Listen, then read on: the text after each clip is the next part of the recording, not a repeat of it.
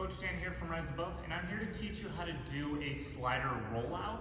And say this would also be similar to like if you had one of those basically two handles and a wheel, also doing a rollout. So that's a good alternative. The other alternative is using a barbell and say putting some plates on the ends of them to get it to roll. All three are great variations of this exercise, but this is an extremely difficult exercise. So I'm going to go ahead and start with the movement for our slider rollout. So basically what you're going to go ahead and do is you're going to get into a tabletop position with the hands on the slider or your barbell or wheel. And say now the biggest thing on this is a lot of people lose that core engagement fairly quickly. So basically you want to make sure that those hips are tucked underneath and that the rib cage is pulled down. That's going to create some roundness through your back. But you're at this point should be squeezing your core, and basically you want to make sure that that core stays squeezed through the whole movement.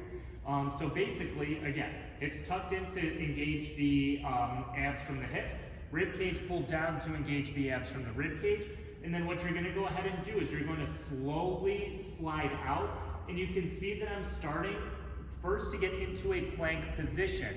And say once you hit your full plank position, keep that core engaged, and you're going to continue to slide all the way out, and say until you hit the floor. Now, this is the ultimate regression, meaning that you're working on core stabilization.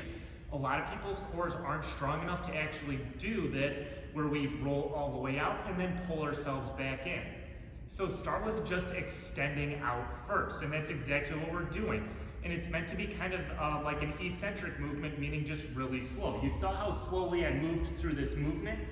That's how slowly I would want you to actually go through this movement as you're doing it. So again, everything's nice and engaged. I'm pushing those hips forward until I get into that plank on the knees, and then my arms are going to keep going, still squeezing those abs until I come all the way down to the floor. And again, that is how slow I actually move through this movement.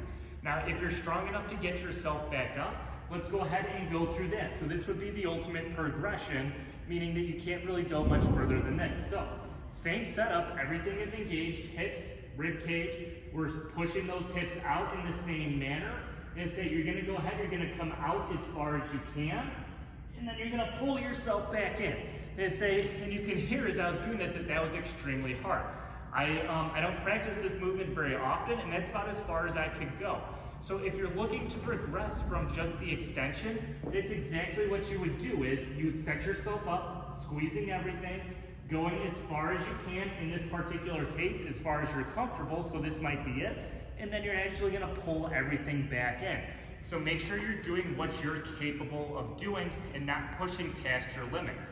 I recommend starting with just the extension where we're rolling the hands all the way out, engaging that core through. Once that gets easy, that's when you want to start playing with bringing your body back up to center. But that's how you do your basically slider extension or your rollout ab extension with an ab wheel or a barbell.